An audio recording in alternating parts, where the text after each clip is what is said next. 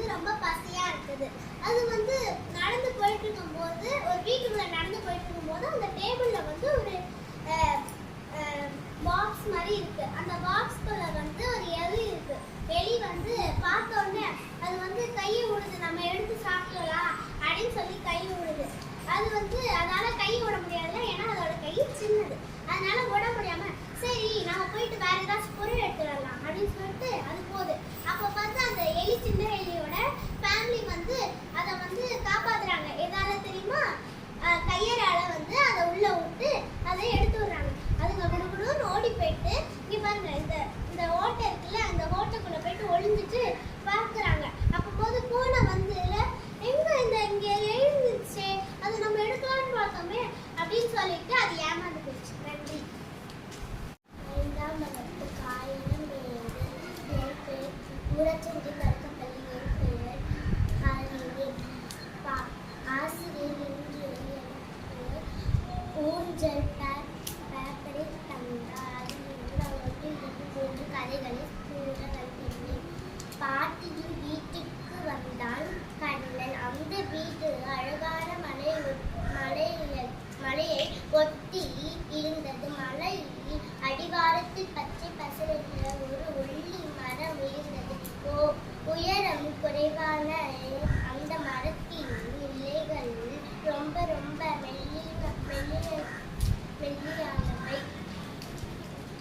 தொட்டால் உடனே கீழே வீழ்ந்து விடும். ஒரு நாள் அந்த மரத்தடியில் கண்ணன் சென்று உட்கார்ந்திருந்தான். இந்த மரம் மட்டும் ஏன் இப்படி இருக்கிறது, இதன் ரகசியம் என்ன என்று கண்டுபிடிக்க வேண்டும் என்று கண்ணன் எண்ணினான். அப்பொழுது மரத்தின் திடீரென்று ஒரு இலையின் மீது மினுமினுக்கு தெரிந்தது. கண்ணன் அதை தொட்டவுடன் அவன் உடல் சிறிது பூச்சி அளவுக்கு மாறிவிட்டது. ஐயோ என்று அலறினான் கண்ணன். இப்பொழுது பூச்சியின் உலகத்தை கண்டான். தேனீக்களின் பாடல், வண்டுகளில் முரளும் ஓசை, தும்பிகளின் கூட்டம் எல்லாவற்றையும் கண்டு வியந்தான் கண்ணன். ஒரு கருப்பு எறும்பு அவனை தூக்கி சென்றது. மரம் எல்லாரையும் சிறுமைப்படுத்தும் என்று எறும்பு கூறியது. கண்ணன் பயந்தான். எப்படி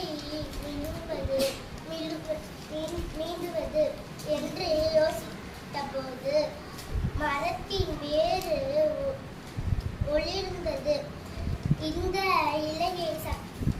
இலைகளை சத்தம் போட்டு எண்ணிக்கொண்டே போ என்று சொன்னது. எறும்பு போனால் என்ன ஆகும் என்று கேட்டான். நீ பழகிய உருவத்தை அடைவாய் என்று எறும்பு கண்ணனை வேகமாக இலைகளை எண்ணினான். 1, 2, 3 என